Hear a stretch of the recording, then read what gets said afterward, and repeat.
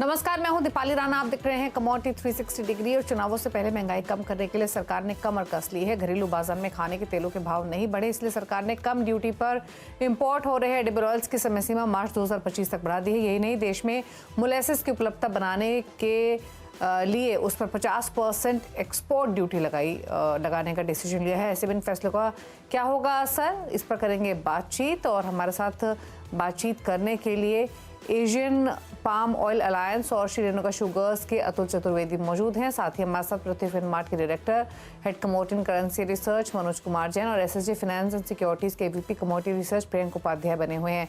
आप सभी का स्वागत है। और दो इंपॉर्टेंट डिसीजन, इन दोनों पर ही राय लेते हैं, लेकिन पहले बात कर लेते हैं मोलेसिस की, जहां पर 50% एक्सपोर्ट ड्यूटी सरकार ने लगाई है। 18 जनवरी से एक्सपोर्ट ड्यूटी लागू होगी और मंशा क्लियर है कि अपने जो ब्लेंडिंग टारगेट्स है, जो मोलेसिस की उपलब्धता है, वो बनी रहे डोमेस्टिक मार्केट में, डोमेस्टिक डिस्टिलरीज के लिए।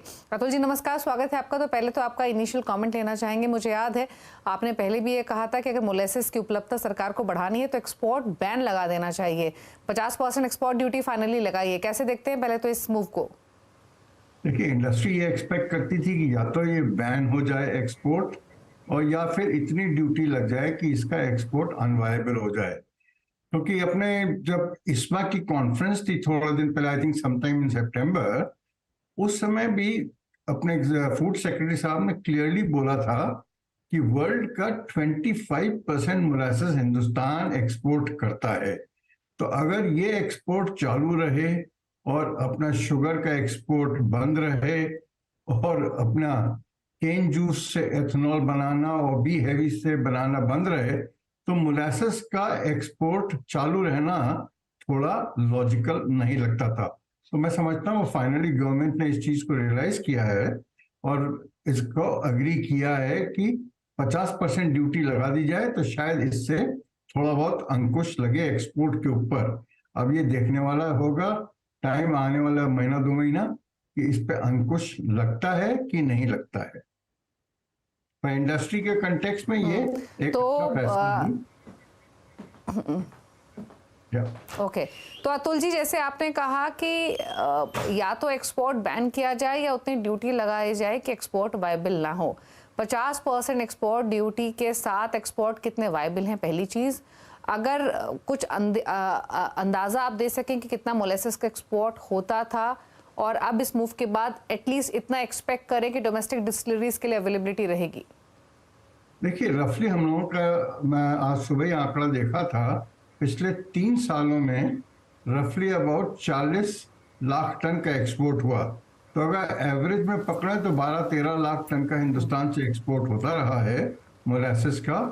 और इस साल चूंकि मैं समझता हूँ आधे से ज़्यादा क्रशिंग सीजन गुजर चुका है, वो एक्सपोर्ट चालू भी रहे होंगे।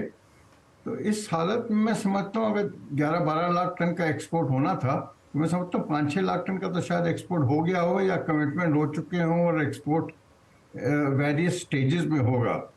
तो अगर सेविंग होगी एक्सपोर्ट्स में, तो मैं समझता हूँ 6 से 7 लाख टन की मोलेसेस की सेविंग होनी चाहिए। और अगर 6 से 7 लाख टन की होती है तो रफली ये ट्रांसलेट करता है 15 से 18 करोड़ ये क्या नाम एथेनॉल में। तो टू दैट एक्सटेंट एथेनॉल की उपलब्धता में इंप्रूवमेंट होगा। और आपका सेकंड क्वेश्चन था क्या वैल्यूज चल रही हैं। मेरा अंदाज है कि लास्ट जो प्राइजेस थे वो अबाउट $180 पर टन के लेवल पे थे। और अगर ये 50% ड्यूटी लगती है, और जो कि 18 तारीख से लग रही है, तो ये वैल्यू हो जाएगी $250 पर ton free on board, FOB जिसको कहते हैं। तो उस हालत में एक्सपोर्ट वायबल होगा कि नहीं होगा, ये आने वाला वक्त बताएगा। हो सकता है कि बाहर वाले दे माइट एक्चुअली पे अप, हू नोस। पर ब्लेंडिंग टारगेट्स जो हैं सरकार के, उनको पूरा करने में इस डिसीजन से मदद मिलेगी या कुछ और भी कदम उठाने पड़ेंगे सरकार को? देखिए, मेरा तो ये मानना है कि लास्ट ईयर 12% का ब्लेंडिंग आया था। इस साल का टारगेट था गवर्नमेंट का 15% का।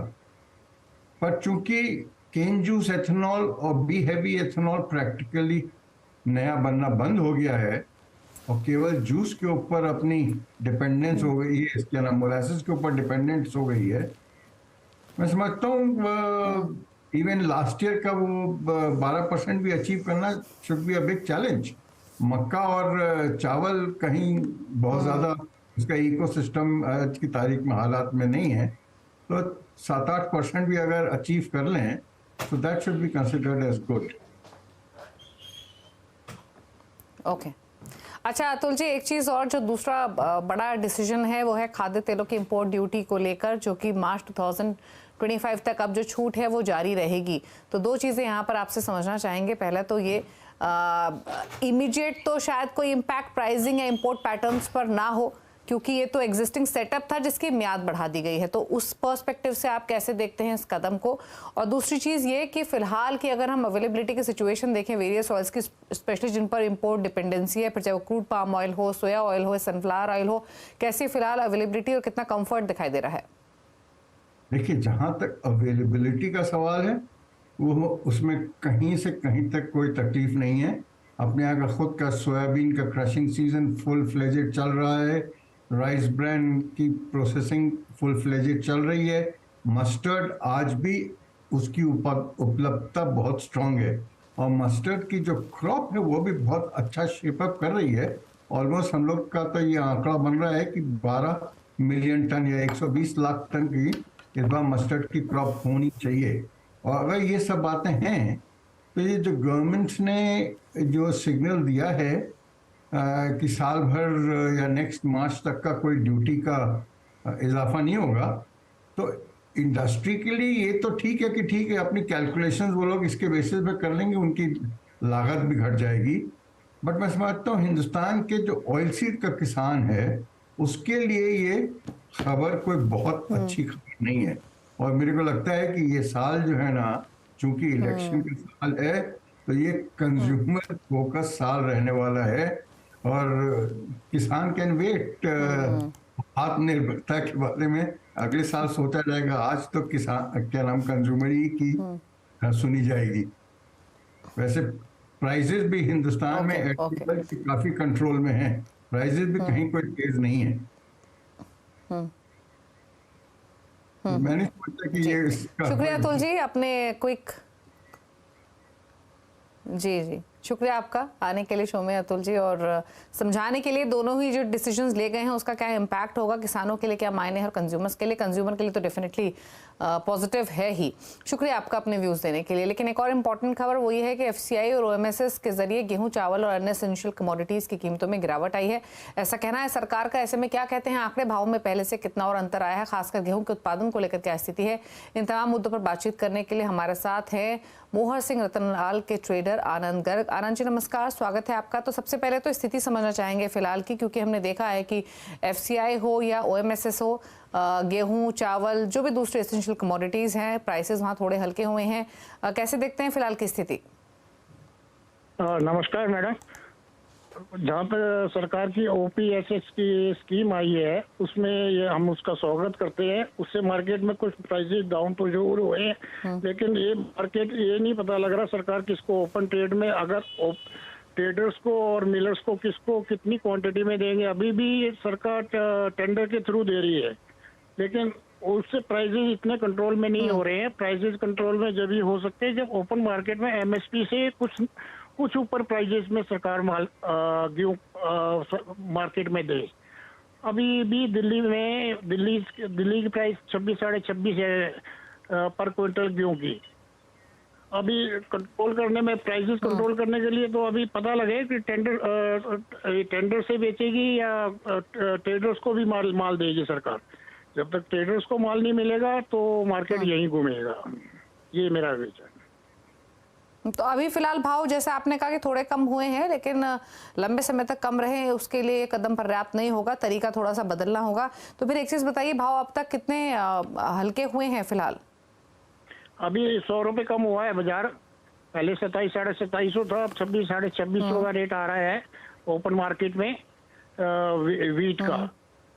अब सरकार एक तरफ तो ये कहती है हम 80 करोड़ आदमियों को फ्री में अनाज दे रहे हैं, फिर ये प्राइस कंट्रोल करने की क्या जरूरत है? प्राइस तो वैसे ही कंट्रोल है। 80 करोड़ आदमियों को खाना फ्री में मिल रहा है, अनाज मिल रहा है, तो सरकार को तो इसमें इंटरफेयर करना ही नहीं चाहिए। ओपन मार्केट को चलना चाहिए, चलने देना चाहिए जैसे चल रहा है।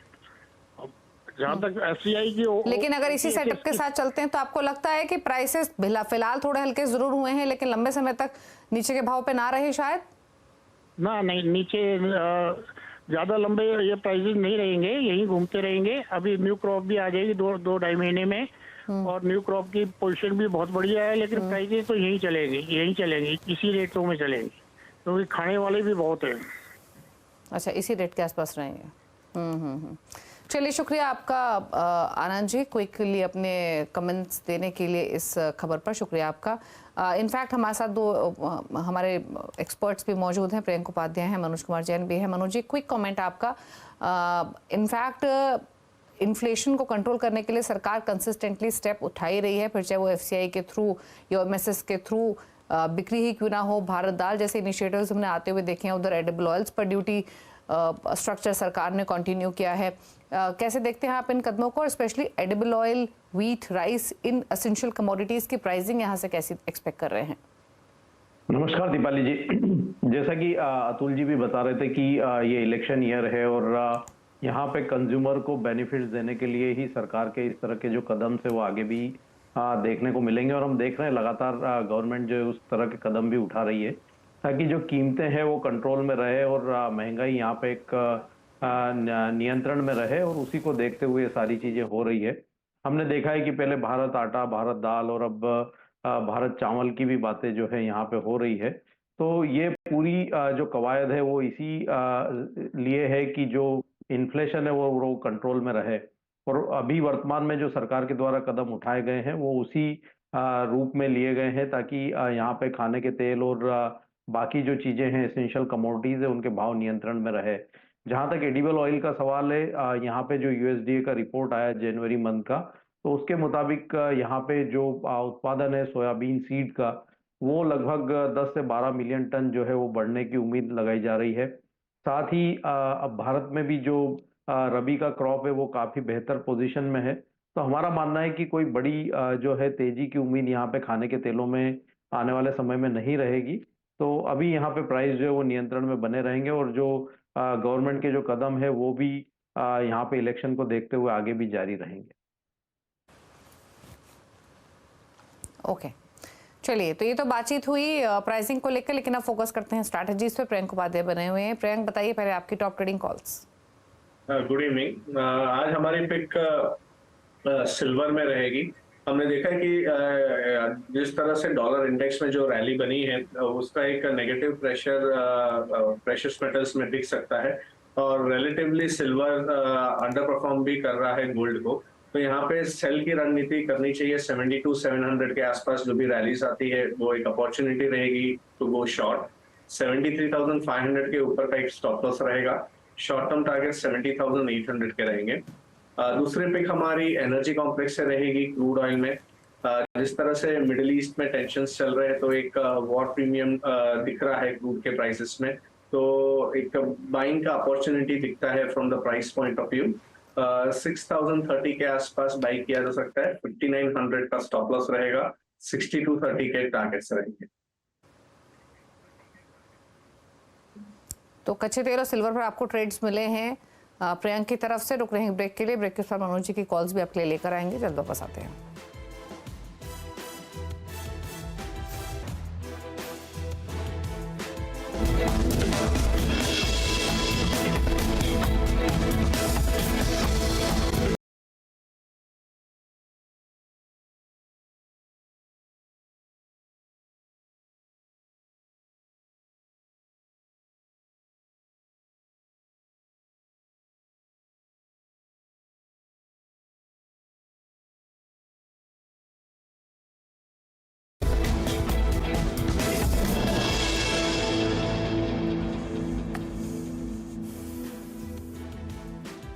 आप देख रहे हैं कमोडिटी 360 डिग्री। प्रियंक उपाध्याय, मनोज कुमार जैन हमारे साथ मौजूद हैं। पूछ लेते हैं मनोज जी की टॉप ट्रेडिंग कॉल्स के बाद बाकी स्ट्रैटेजीज लेंगे। बताइए मनोज जी, पहले तो आपके ट्रेड्स। यहाँ पे एक सेल और एक बाय की रणनीति रहेगी। पहली जो पिक रहेगी वो एमसीएक्स मेंथा तेल जनवरी वायदा में रहेगी। 930 के स्तर पर यहाँ पे बिकवाली की सलाह रहेगी 938 के स्टॉप लॉस से। लक्ष्य यहाँ पे 914 का रहेगा। वहीं दूसरी पिक जो रहेगी वो NCDEX कॉटन सीड ऑयल के एक फरवरी कॉन्ट्रैक्ट में रहेगी। 2682 के स्तर पर यहाँ पे बाय की सलाह रहेगी। 2660 का स्टॉप लॉस रखें। लक्ष्य यहाँ पे 2730 का रहेगा। ओके अच्छा, अब प्रियंक, ये नेचुरल गैस पर आपकी राय क्या है? क्योंकि काफ़ी वॉलेटाइल कमोडिटी है, लगातार गिरने के बाद इस साल की शुरुआत से जनवरी ऑनवर्ड्स हमने प्राइसेस सर्च होते हुए देखे, वापस एक प्रॉफिट टेकिंग आई, अब वापस से प्राइसेस ऊपर नीचे के दायरे में कारोबार करते हुए दिखाई दे रहे हैं। क्या व्यू है आपका? देखिए, नेचुरल गैस के प्राइसेस में हमने देखा कि ऑलमोस्ट 300 से एक करेक्शन सेट इन होते हुए देखा टुवर्ड्स 180 190, और वहां से फिर से एक हमने रैली बनते हुए देखी। 250 के अभी रेट्स चल रहे हैं। नियर टर्म में मुझे लगता है कि 280 का एक स्टिफ रेजिस्टेंस है, वो जब तक क्रॉस नहीं करता है मुझे लगता है कि एक बार फिर से 240 230 के लेवल्स हम नेचुरल गैस के प्राइसेस में देख सकते हैं। तो ओवरऑल जो रेंज मैं देख रहा हूँ फॉर नेक्स्ट फ्यू डेज वो रहेगी around 230 220 on the down side and 270 280 on the up side. Okay साथ ही बेस मेटल्स पर क्या राय रहेगी प्रियंक?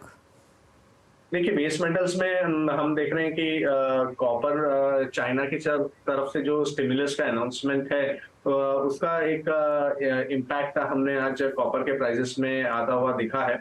अभी 715 के आसपास के ट्रेड्स चल रहे हैं। जो नियर टर्म सपोर्ट में देख रहा हूँ कॉपर को एक काफी स्ट्रॉन्ग सपोर्ट दिखता है अराउंड 710 से लेकर 705 जोन्स में।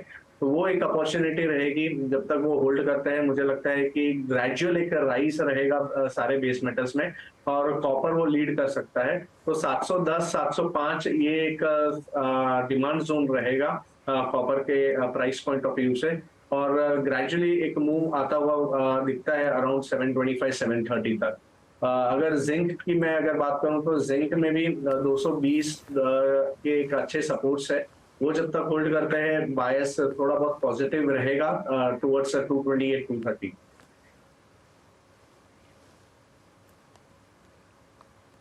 ओके चलिए, तो ये राय रही आपके लिए बेस मेटल्स पर। आप कोई ट्रेड रेकमेंड करेंगे क्या बेस मेटल पैक से मनोज?